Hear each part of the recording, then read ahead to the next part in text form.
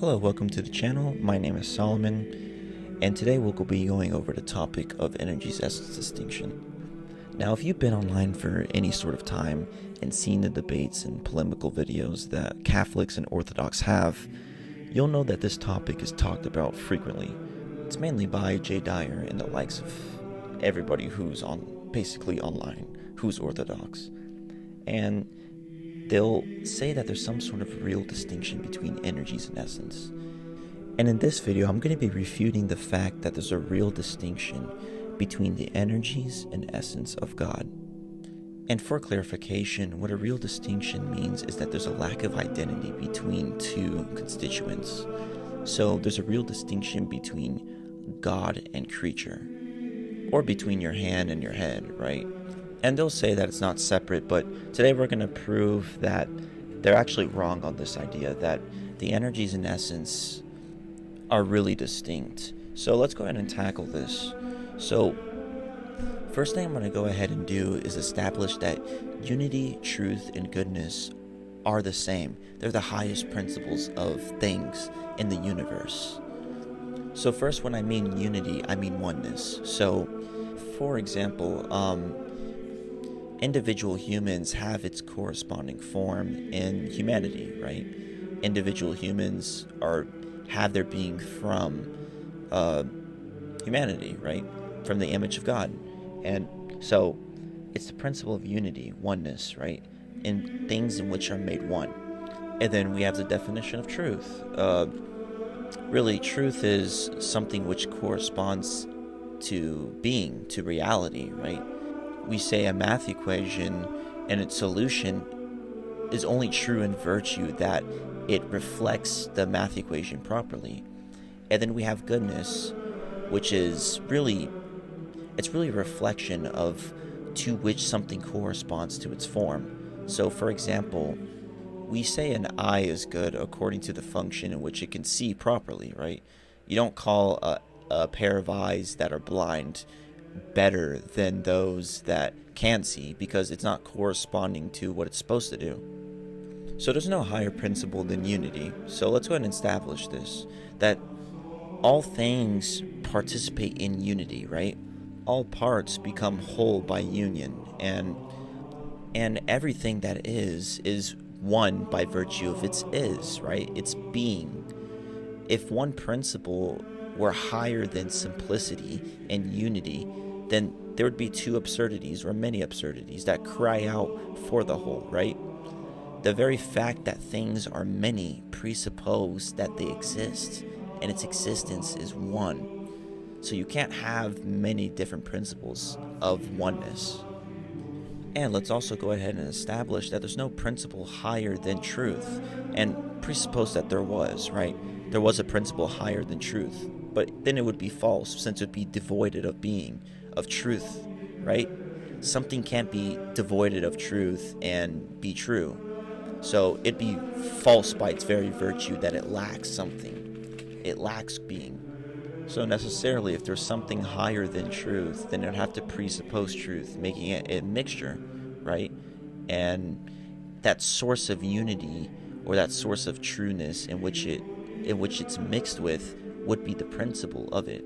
And the same thing with goodness being the principle as well, as these things are the same thing. For take something better than goodness, and it would be something higher than goodness. Well, by virtue of its very fact that it's more true, that it's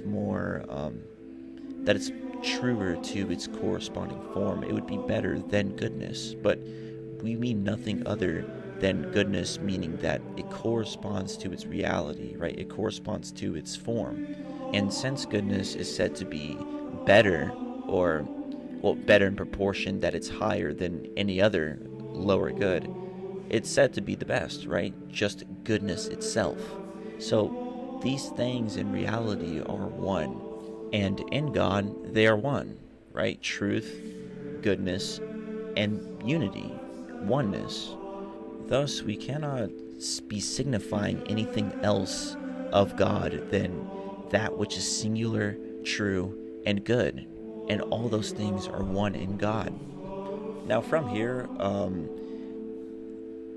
they say that there's a real distinction between the attributes, right? Because his creative power isn't the same thing as his existence, and is his grace isn't the same thing as his goodness, or well, whatever you want to say, right?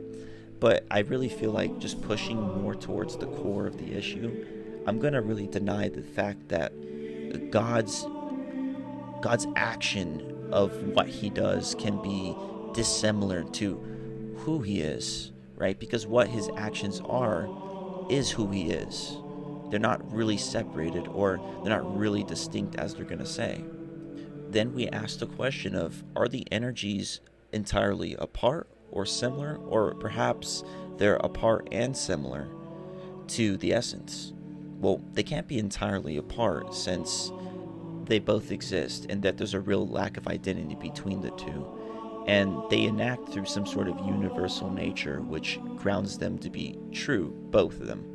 And you can't say that the energies are entirely dissimilar to the essence, since you can't really explain theosis and divinization, that we actually become gods, right, by participation.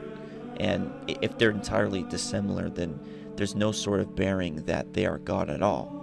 And they can't say that they're entirely similar, since that wouldn't explain, first off, Palamas' doctrine of theosis, and that we can predicate of the energies but not of the essence, etc., etc.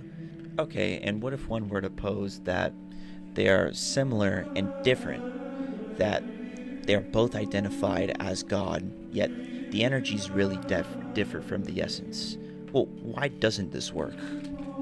Well, the reason why this doesn't work is because the energies would necessarily need the essence, in which both of them enact through some sort of universal principle, right?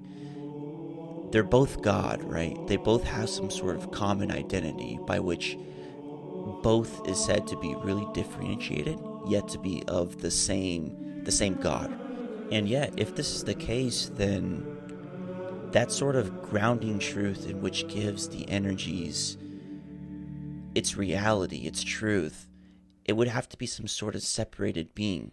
The reason why is because the energies would have to depend on the essence, which brings it unity to the energies and the various multiple real distinctions in the energies. So it's always the many that cries out for the whole. The parts, well, it needs the whole. And what gives the unity to the energies will be the principle of it. For the essence, in the Neo-Palamite view, would be simply existence itself.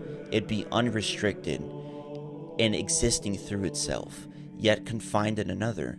The energies which cry out for a higher principle in which it finds its unity, and yet this principle of unity, the essence in their view, is not contingent on that which is of a different nature. One can't help but to see that there's some sort of similarity between the Arian crisis, when they said Jesus was of a similar nature, but not of the Father's. Thus, they mutilate the energies by doing the same exact thing, by saying the essence isn't identified with the energies, but some sort of similarity of a sort of composite God.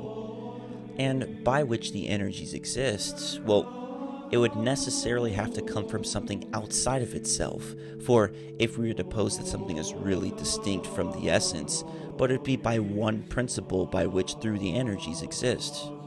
For example, take St. Peter. St. Peter's a composite, or a mix of, first off, the universal principle by which St. Peter has his unity and humanity, plus an active existence, plus the accidents of who he is, right? Of matter and form and all of this. He's a conglomerate. The purely logical conclusion follows that through the one pure and perfect nature gives unity to the energies, according to the Palamites. But this is obviously heretical, for if the energies were really one and perfect with the essence and inseparable, it must be from outside in which that the energies are perfected.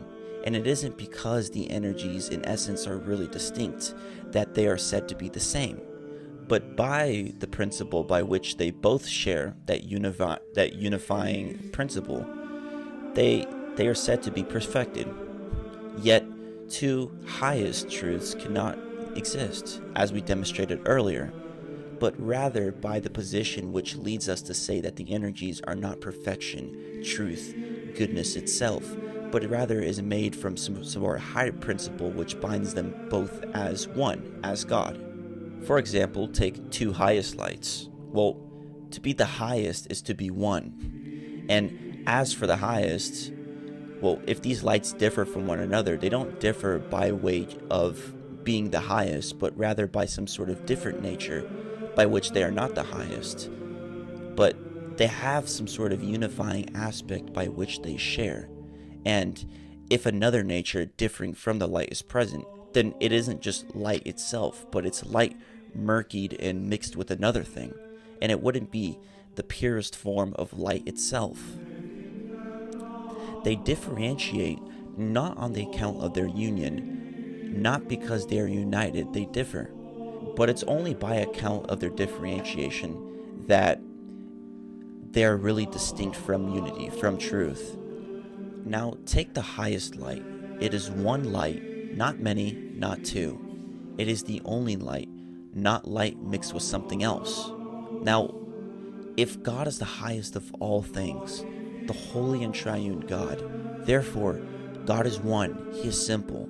God is the highest unity, the one highest truth and goodness, one God, not multiple natures existing in one, but one truth in which all other truths flow from. God bless, and like the video, comment and share your thoughts if you like this video. Thank you so much for watching, and God bless you all.